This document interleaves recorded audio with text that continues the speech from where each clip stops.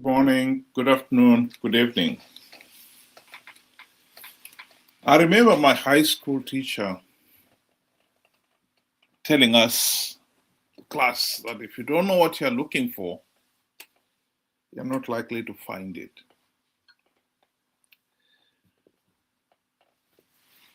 When you listen to MDC CCC leaders, you realize why the country is a failed state. One of the reasons why we are a failed state is that we have failed to hold free, fair, and credible elections. Since the late 1990s, the nation has entrusted the task of implementing the democratic reforms so that we have free, fair, and credible elections to the MDC CCC part. Now, 25 years down the line, you'd think by now at least they will know what is it we require, we must achieve, we must do to make sure that we've got free, fair, and credible elections. It really seems like they don't know. Chamisa, in his so-called Agenda 2026 fresh start, he did refer to the problem of disputed elections. What is so annoying about that statement is that he is the one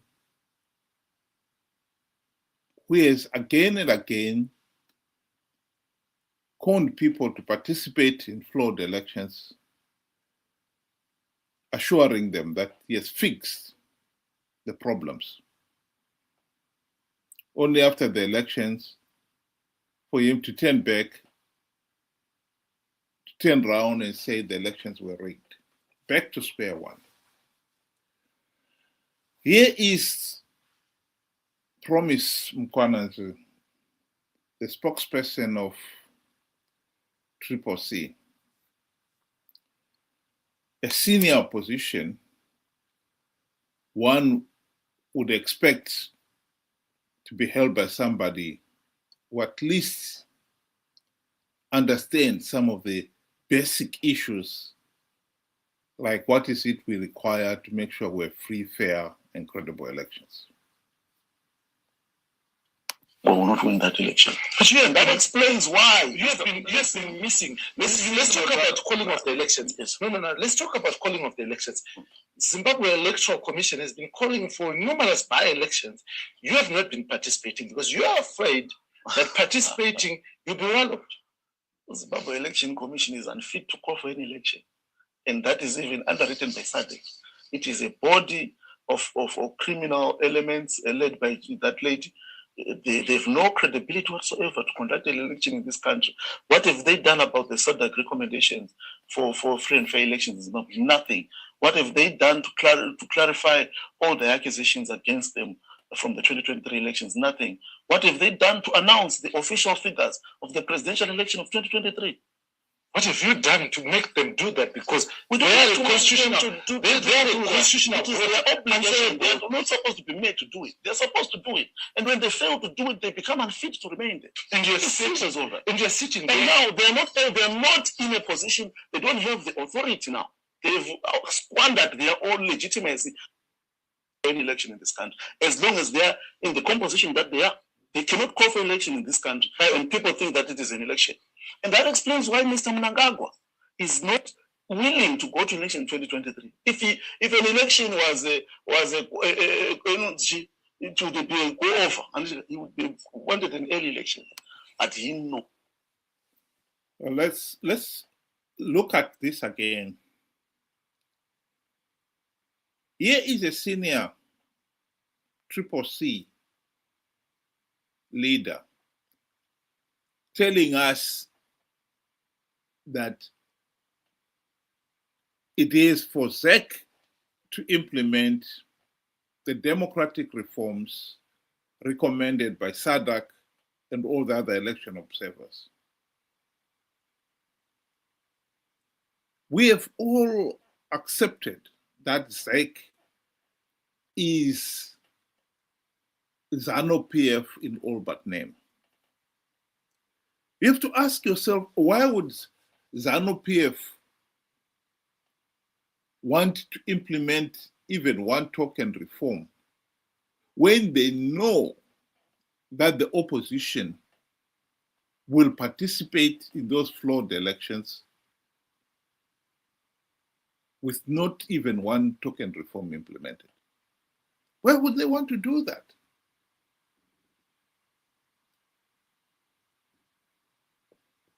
The opposition itself, MDC, is the one that has been insisting in participating in flawed elections. In 2018, Chamisa told the nation that MDC alliance has stringent measures to stop ZANU-PF rigging the elections. The people believed that. They participated in those elections. Only the day after the results came out, Chamisa to turn around and say, oh, the elections were rigged.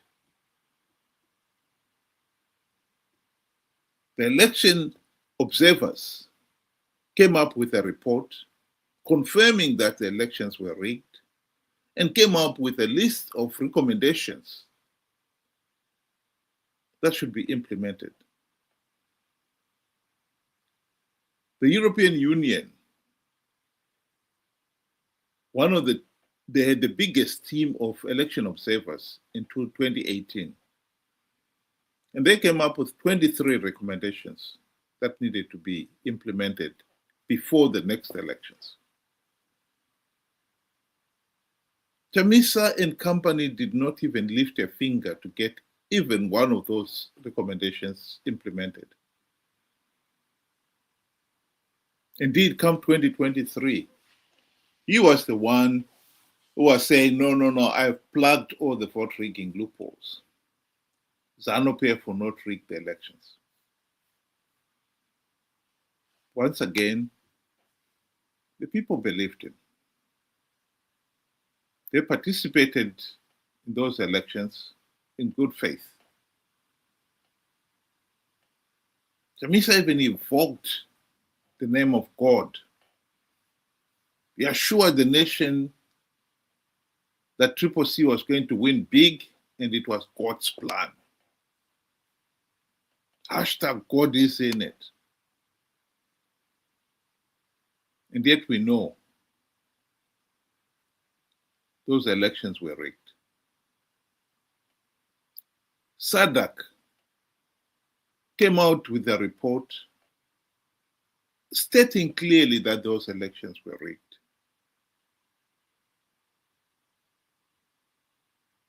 So when Chamisa said he had plugged all the vote rigging loopholes, what loopholes did he plug? None. Here is SADC chairperson, Dr. Nevas Mumba, speaking on that very issue of rigged election 2023. Well, thank you so much. First of all, let me be clear that the changing of any dynamic or situation in any of our African countries is a preserve of the citizens of that country, in this case, the Zimbabwean people.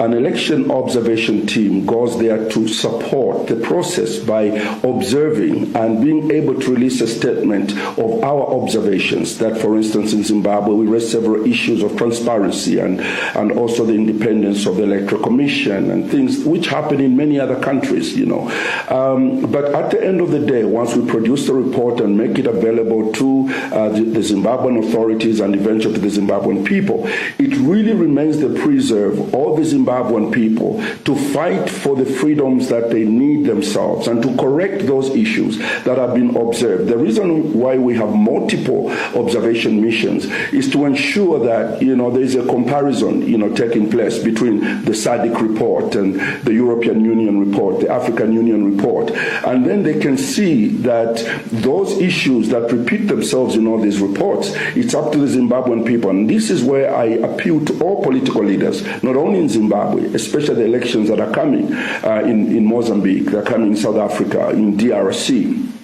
We have to make up our minds that, look, at the end of the day, once the people in the country are given an opportunity to monitor the elections, because they also monitor, it starts not during the day of the elections. They must make sure that the constitutional lacunas that can affect a good election are dealt with months before the election, and they must fight to ensure that there's a level playing field. They should never wait for the time when the election is taking place. They must also insist that the electoral commissions and the governments in those countries abide by international norms in holding democratic elections. And this fight must be more vicious before the election comes.